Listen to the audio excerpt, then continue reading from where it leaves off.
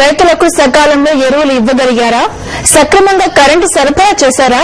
అన్నదాతను ఆదుకునేందుకు కనీసం పంట రుణాలైనా ఇచ్చారా? ప్రకృతి విపత్తు బాధితులను ఆదుకున్నారా? ఇవేమీ పట్టించుకోకుండా సంబరాలెందుకు అంటూ అధికార పార్టీ నేతలను నిలదీశారు వైఎస్సార్ కాంగ్రెస్ పార్టీ గౌరవ అధ్యక్షురాలు వైఎస్ విజయమ్మ.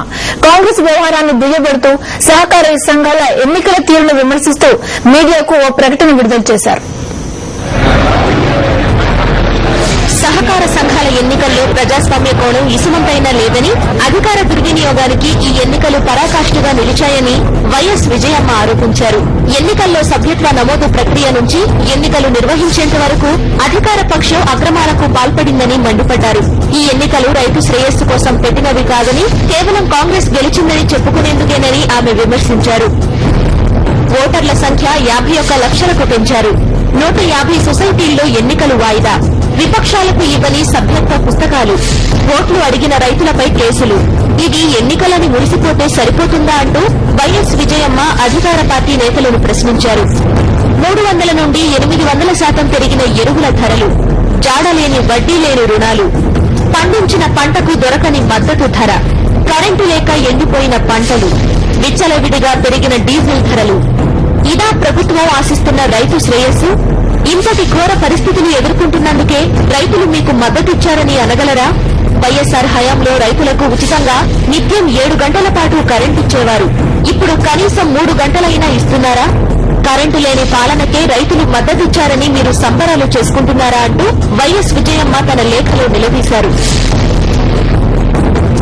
లైలా తుఫాను బాధితులకు పరిహారం చెల్లించలేదు, రైతులకు కనీసం పంట రుణాలు ఇవ్వలేదు, కౌలు రైతులకు 10% రుణాలు కూడా ఇప్పించలేదు.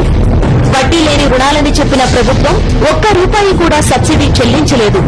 ఇందుకేనా రైతులు మీ వెన్నంటే ఉన్నారని ప్రగల్భాలు పోతున్నది? రైతులకు కనీసం మద్దతు ధర ఇప్పించలేని అధికార పక్షానికి రైతులు మద్దతిచ్చి సొసైటీ ఎన్నికల్లో పట్టం కట్టారని భావిస్తున్నారా అంటూ వైఎస్ విజయమ్మ అధికార పార్టీని ప్రశ్నించారు.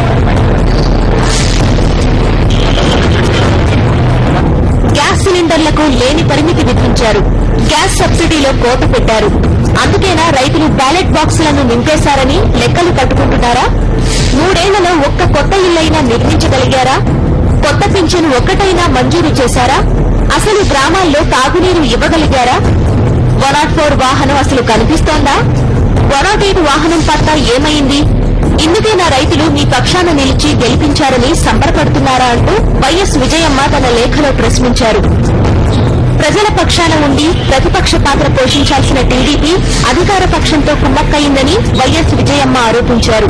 అసెంబ్లీలో తగిన బలం ఉండి కూడా అవిశ్వాస తీర్మానం పెట్టకుండా పాదయాత్ర పేరుతో ప్రభుత్వాన్ని తిడుతున్నట్లు నటిస్తూ మొసలి కన్నీరు కారుస్తున్నారని విమర్శించారు.